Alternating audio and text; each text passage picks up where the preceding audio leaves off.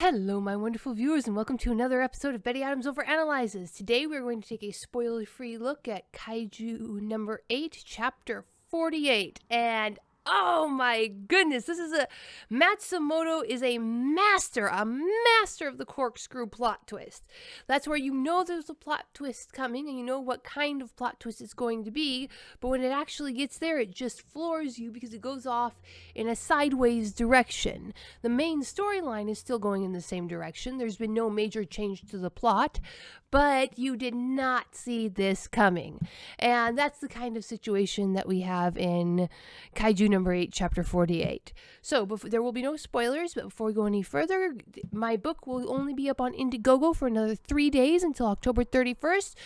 Go and get your copy now before you forget. Humans are weird. We took a vote. Monty Python meets Star Trek in the second book of Human Absurdity. But Kaiju number 8. Matsumoto is developing a very distinctive rising and falling action pattern. So you have a big combat scene where things are heading along. Then you get an emotional moment, and then you get a plot twist that takes things sideways. And we get to see that again in this chapter. Nearly 6 months ago now, Matsumoto did this with the chapters 24 through chapter 33 arc, the fight for Tachikawa Base, where we get up to the end of that fight, and it looks like Kafka's going to have to transform in front of everybody, and then he doesn't. And then we get to the end of chapter 31, chapter 32, and it looks like the chapters are going to wrap up on a hard-working hometown hero note where we're just going to get to see Kafka Haibano shine by being support, helping everybody out, letting his real human talents shine. Then we have the twist, the wyvern bomb overhead. And everybody was still busy cleaning up. The fight wasn't over, but we were expecting a nice, long cool down with the attention being from tending to the wounded and getting people to medical and maybe a particularly clever wyvern kaiju, or maybe the wyvern kaiju were going to split up and go their different ways. But no. One giant bomb, Kafka has to transform, knocks it into the stratosphere. I think that's really becoming Matsumoto's signature plot beat. On the one hand, we'd all seen it coming because eventually, given the kind of shonen this is, Kafka was going to have to reveal himself as Kaiju number 8.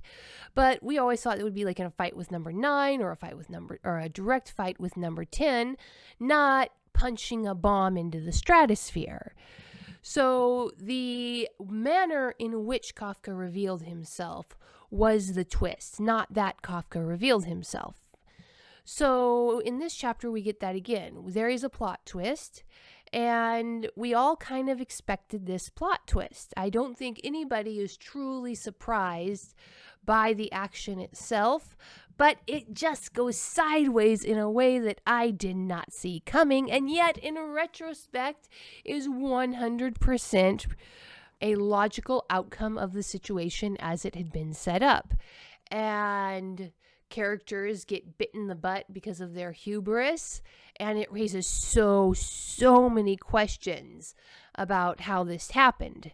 Now, I think it was way back in chapter 24, 25, I mentioned that the kaiju seem to have a mole within the defense force. And I mentioned this because it was odd that Kaiju number 10 knew to attack when the 3rd Division's only super powerful ranged fighter was off of the base. And it was weird that Kaiju number 9 was so prompt to arrive on the scene when the 3rd Division was cleaning up the Yoju from that giant fungal attack. Again, these are just things that the kaiju could not really have been expected to know without having someone fairly high up in the command, higher than the 3rd Division itself. Now, I'm going to do a whole other video on this, but here is something. I'm not going to call it a spoiler for the chapter because we get no evidence from within this chapter that this theory is even remotely plausible. But what if it's that black-haired scientist guy, the one who's always shown in the panels overreacting? What if he is a Kaiju number 9 body? It's something to think about. We've been all scratching our heads and wondering what screamy scientist guy has been doing, taking up so many panels.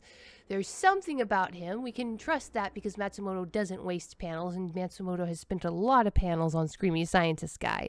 So what if he is the mole that fed Kaiju number 9 the information about Kaiju number 8 way back in the late mid-teens, and fed Kaiju number 10 the information that 3rd Division Captain Minashiro was gone when Kaiju number 10 attacked the base. So I was rather grateful because this chapter neither confirmed nor denied another theory video I was developing, and everything that happens in this chapter has almost nothing to do with it, so I'll probably mention it here. I think that essentially all of the Kaiju number 9 bodies we've seen have been to some degree disposable. I discussed this in one of my last videos. Kaiju number 9's bodies are just protuberances he sticks up above the ground when he needs to do something other than think. Now, as we've seen in previous chapters, it takes focus and energy for him to form a psychic connection, even with other number 9 bodies, let alone other Kaiju.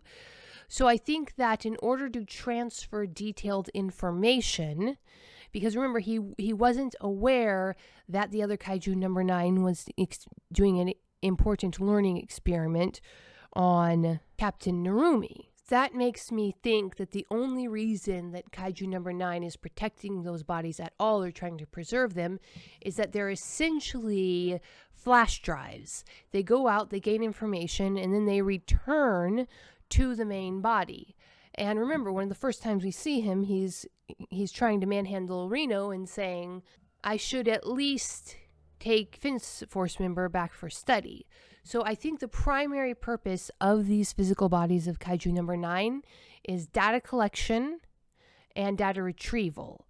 And so the only reason it would fight to preserve a body or spend effort to preserve a body would be if that body had critical information. That would explain why Kaiju number 9 didn't remember Kikoru at the beginning of this arc. Remember, when Kikoru first saw Kaiju number 9, his body turned to dust as soon as it had finished weakening her so that the Hanju could eat her more easily. Now, I really don't know how to bring up my last point without giving spoilers, so I'm going to be really, really careful. But the interpersonal relationships in this chapter are mwah! For all that it's an exciting combat cliffhanger chapter, it's also a character development chapter, and we get to see these moments that are just, oh my goodness, Matsumoto knows how to pull on the old heartstrings. In Kafka, Matsumoto has created essentially a perfect BFF. He is such a warm-hearted, caring guy who thinks about how every situation will affect his friends genuinely before he thinks about how it will affect himself. And that tendency just shines in this chapter. It is amazing. And I am looking forward to the next chapter. It's going to be a 2-week wait. And the wait is going to be excruciating. So, what do you think? Do you think Kaiju number 9, no matter what body we see, will be willing to sacrifice it if the information it holds is not valuable enough? So leave your comments below the video. Let me hear your thoughts. Go check out my book, Humans Are Weird. We Took a Vote. Available for only 3 more days until October 31st, 2001 on Indiegogo. And Monty Python meets Star Trek in this book of human absurdity. Peace out, my wonderful viewers. Humans Are Weird. We Took a Vote. Available on Indiegogo for the month of October 2020 and available for in demand through November. Humans Are Weird. We Took a Vote. Monty Python meets Star Trek in the second book of Human Absurdity, a short story collection that will have you chuckling for years to come. Humans Are Weird. We Took a Vote. Available on Indiegogo. Go and get your copy now.